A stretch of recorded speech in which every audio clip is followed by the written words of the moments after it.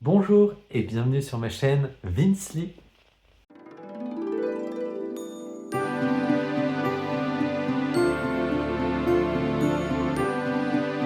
Je vais vous parler aujourd'hui de ma dernière lecture qui était sur ma pile à lire de l'été et c'est Virginie Grimaldi, Les heures fragiles.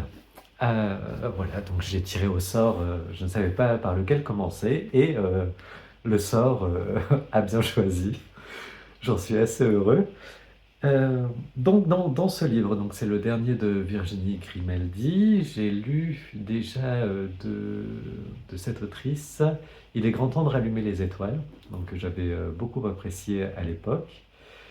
Et donc dans ce livre-là, on va suivre le quotidien d'une famille, donc Diane qui est la mère et il y a Lou qui est la fille aînée.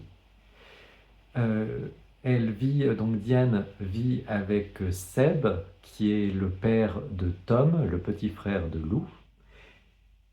Et le- Elle est divorcée, Diane est divorcée du coup du père de Lou. Mais elle continue à le voir assez régulièrement les week-ends.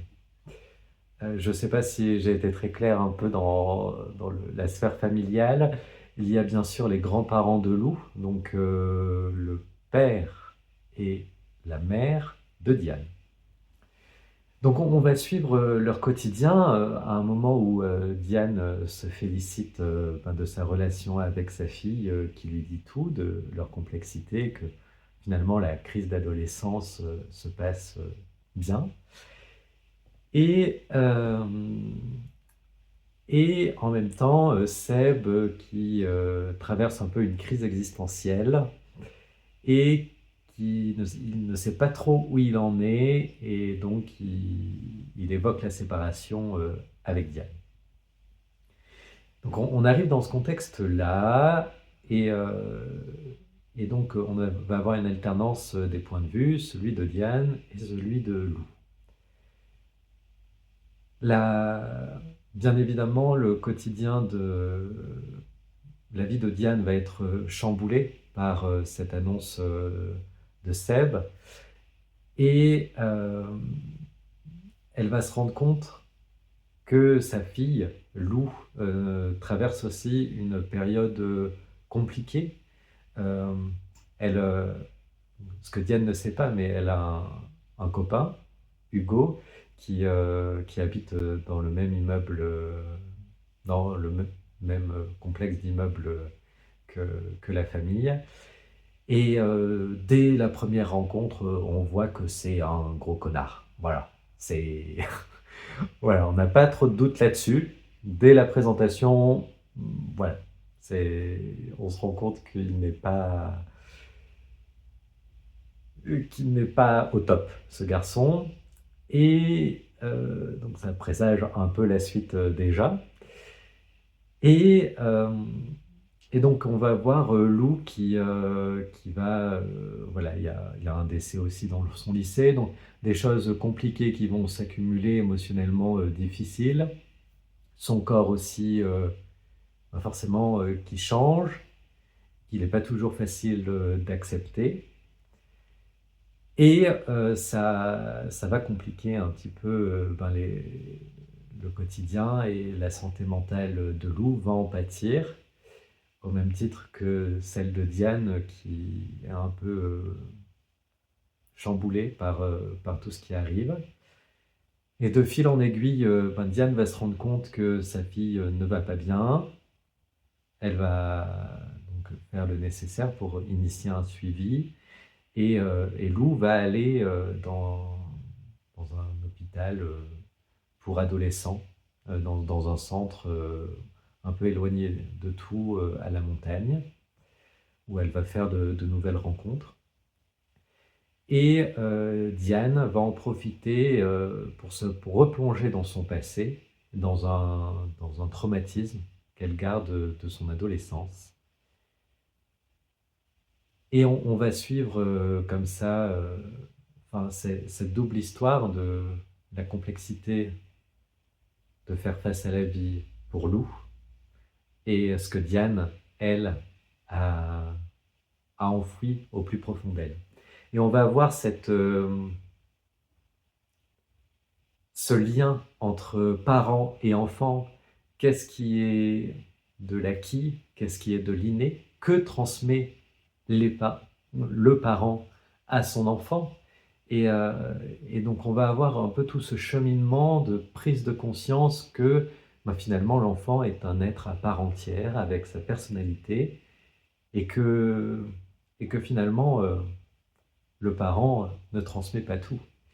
Et, euh, et donc c'est aussi un, un livre un peu sur les deuils que peuvent vivre les parents dans le sens où les enfants grandissent et s'éloignent, gagnent en autonomie, et c'est ce que Diane a un peu du mal aussi à admettre.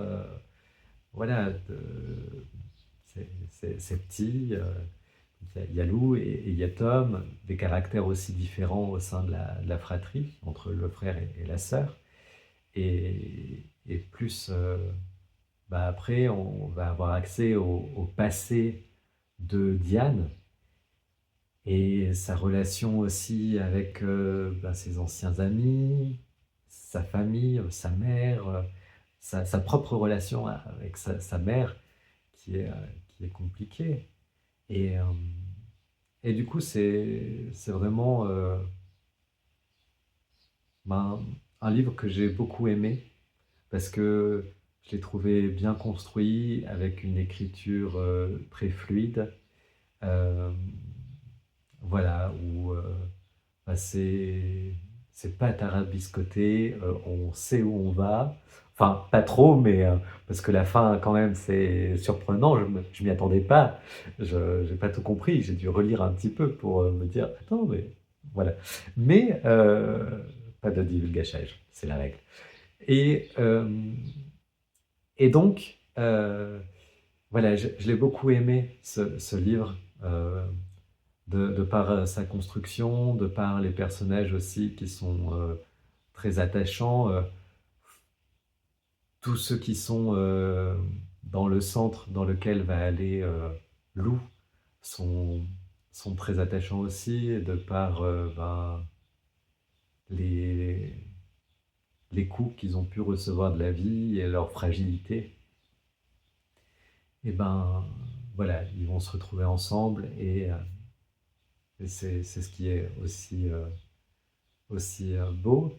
Il y a aussi des notes d'humour. Un peu, par exemple, il y a un infirmier dans ce centre-là qui est surnommé Vin Gasoil, euh, en référence à Vin Diesel, mais en version cheap, en version Wish, on va dire.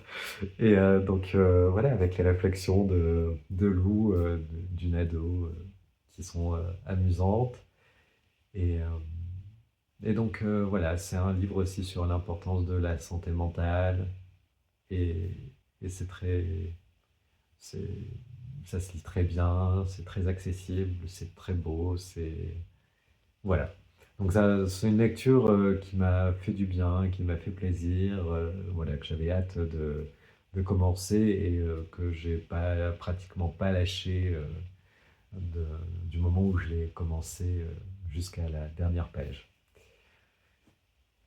Voilà, j'ai fait le tour, je pense, pour ce livre. Donc, Virginie Grimaldi, Les arbres fragiles.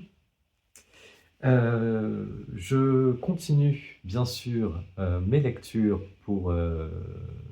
de ma pile à lire de l'été. Je vous retrouve bientôt dans une nouvelle vidéo avec voilà, une petite ouverture de colis entre les deux. Et je vous souhaite du coup de belles lectures, toujours un beau mois de juillet, de belles vacances aussi si vous attaquez les vacances, ou peut-être qu'elles approchent aussi à grands pas. Et je vous dis à bientôt, ménagez-vous.